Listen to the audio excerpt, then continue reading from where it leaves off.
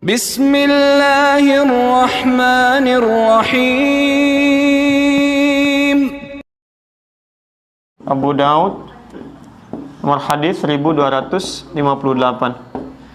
Salat sunnah yang terkait mungkin waktunya dekat dengan salat fardu yang 5 waktu itu, ini dibagi 2 bagian. Ini teorinya supaya dipahami dengan baik ya. Ada yang disebut dengan salat rawatib. Apa artinya rawatib? Kalau tidak tahu katakan. Baik. Apa artinya rawatib? Baik. Rawatib itu jamak dari kata ratib. Apa artinya ratib? Baik. Bukan Allahu alam. Ratib itu adalah sesuatu yang tersusun dengan rapi atau berurutan sifatnya. Tersusun berurutan atau tersusun dengan rapi. Makanya diserap ke dalam bahasa Indonesia menjadi tertib. Tertib kan berurutan, rapi. Ada sholat-sholat sunnah yang waktunya tersusun rapi berurutan dengan sholat fardu, terletak sebelumnya atau setelahnya. Jumlah rawatib ini itu ada 12 sholatnya. Diketahui jumlah 12 ini dari hadis riwayat At-Tirmidzi. Nama aslinya Muhammad, berasal dari Tirmidz, disebut dengan At-Tirmidzi. Nomor hadis 414 riwayat Ummu Habibah radhiyallahu taala anha. Man shalla itsnatai asyrata rak'atan, siapa yang salat 12 rakaat fi yaumin wa lailatin, yang mengiringi salat fardunya siang dan malam. Arba'an qabla dzuhri, 4 rakaat sebelum zuhur. Baik. Perhatikan, rak'ataini ba'daha, 2 rakaat setelah zuhur. Kemudian rak'ataini ba'dal maghrib, 2 rakaat setelah maghrib.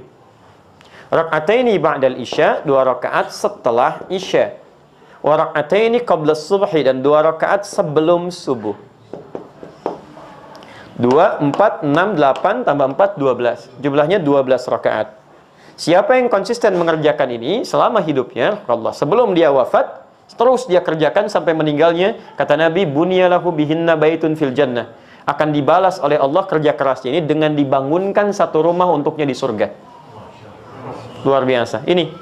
Nah, Ummu Habibah ketika mendengar kalimat Nabi ini, maka berkata pada dirinya, bima ma'na laqad azamtu nafsi alla atrukaha tula hayati.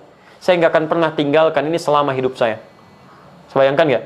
Ummu Habibah itu istri Nabi, orang paling mulia, ummul mukminin, di surganya bersama Nabi, jelas sudah punya rumah, kelasnya elit luar biasa. Ketika mendengar kalimat ini yang amalan sunnah, kata beliau, saya enggak akan tinggalkan ini selama hidup saya. Istri Nabi, dekat dengan Nabi, ahli surga, surganya terbaik, rumah paling elit, mendengar amalan sunnah, saya enggak akan tinggalkan. Ada perempuan, bukan di sini, di luar sana, bukan istri Nabi, tidak dekat dengan Nabi, belum jelas status surganya, amalan berantakan, hisab menegangkan. Masya Allah, ditawarin surga, rumah di surga, jangankan sunnahnya, yang wajibnya pun kadang terlambat. Cita-cita masuk surga Firdaus tanpa hisab. Masya Allah. Luar biasa. Nah, ketemu ini, teruskan, sebentar, teruskan dulu, belum selesai. Teman-teman sekalian, di sini kita temukan ada sebelum, ada setelah. Jelas? 4 rakaat sebelum apa? Zuhur. Dalam bahasa Arab kita tuliskan sebelum, bahasa Arabnya qabla. Zuhur. Qabla zuhri, sebelum zuhur. Jelas? Kalau kita ingin hilangkan kalimat yang kedua, misal ini disebut mudhaf ilaih, kalimat yang disandarkan.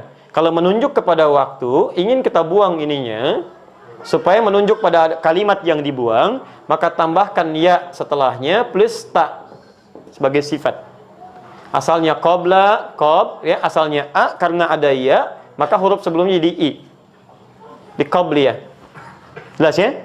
Maka kita dengar kalimat qabliyah, zuhur misalnya, itu maksudnya sebelum zuhur. Baik. Setelah, bahasa Arabnya ba'da. Setelah zuhur, ba'da zuhur. Di setelah, bahasa Arabnya apa? Ba'da. Kalau Anda sudah mengucapkan ba'da, jangan diucapkan setelah lagi. Itu 2 kata yang berulang sama. Paham ya? Kita ketemuan yuk. Kapan? Di mana? Di Masjid Indonesia. Kapan? Udah setelah ba'da asar deh. Setelah ba'da asar. Jadi kalau sudah setelah, itu ba'da. Tidak perlu menyebutkan keduanya lagi. Jelas ya? Ba'da zuhur. Hilangkan zuhurnya, muncul ya dengan ta'nya. Dikenal dengan ba'diyah. Paham sampai sini?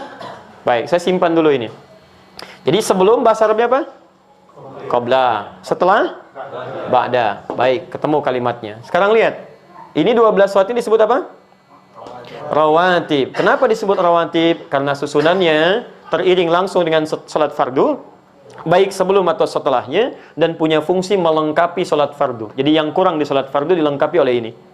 Nah, ada salat ini di luar yang ini yang rawatib disebut dengan mutlak. Mutlak. Sifatnya ditunaikan, terdiri dari dua waktunya. Satu, ada yang memang berdekatan dengan salat fardu, tapi dia tidak punya fungsi menyempurnakan salat fardu. Fungsinya fungsi sendiri, terpisah dari yang fardu. Cuman waktunya berdekatan. Contoh, asar. Asar ini ada sunnahnya mutlak 4 rakaat, ditemukan di Abu Daud nomor hadis 1257. Riwayatnya Ibnu Umar radhiyallahu taala anhuma. Ya, kata Nabi, rahimallahu ra'an shalla qabla al-'asri arba'an. Allah merahmati seseorang yang bisa salat 4 rakaat sebelum zuhur. Paham? 4 rakaat sebelum asar. Baik, 4 rakaat sebelum asar. Saya ralat 4 rakaat sebelum asar. Ini masuk kategori salat apa? Mutlak. Paham sampai sini? Baik, ada juga yang waktunya terpisah jauh dengan salat fardu. Misal tahajud, qiyamul lail, salat duha, ya salat wudu, salat tahiyatul masjid, salat di belakang makam Ibrahim. Maka ada salat yang kedua yang sifatnya terpisah jauh waktunya dari salat fardu. Di antara salat mutlak juga yang berdekatan waktunya dengan salat fardu tapi dia mutlak bukan rawatib adalah qabliyah maghrib. 2 rakaat. Dalilnya Abu Daud nomor hadis 1258. Ya, kata Nabi, lihat kalimatnya. Ya. Sallu qabla al-maghrib rak'atain liman yasha. Silahkan salat sebelum maghrib 2 rakaat bagi yang ingin. Ingat ada kalimat bagi yang ingin. Beda redaksi ini dengan salat-salat yang lainnya. Wala tattakhidhuha sunnatan, tapi jangan dibiasakan. Apa maksudnya kalimat ini? Salat 2 rakaat sebelum maghrib ini sekalipun statusnya sunnah, masuk dalam mutlak tapi tidak begitu dianjurkan oleh Nabi.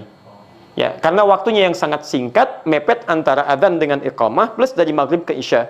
Kalau orang pada sholat semua maghribnya mundur mendekat kepada isya, bagi antum nggak ada masalah. Bagi orang tawaf yang ada di Mekah, bagi sekitaran di Madinah, atau waktunya yang sangat mepet, makanya di Arab umumnya ketika selesai adzan itu umumnya akan cepat langsung iqamah. Nah, kalau misalnya Anda dalam situasi sudah baca Al-Quran, sudah berdoa, karena doa antara adzan dengan iqamat cepat dikabulkan, lebih cepat dikabulkan. Anda berdoa, sudah baca Al-Quran, masih ada waktu, orang pada belum datang, Anda ingin sholat, maka dipandang lebih bagus sholat daripada melakukan tindakan-tindakan yang tidak tepat. Ya, Anda malah bikin status, belum ada orang nih, sedang menunggu sholat maghrib. Paham ya? Sudah.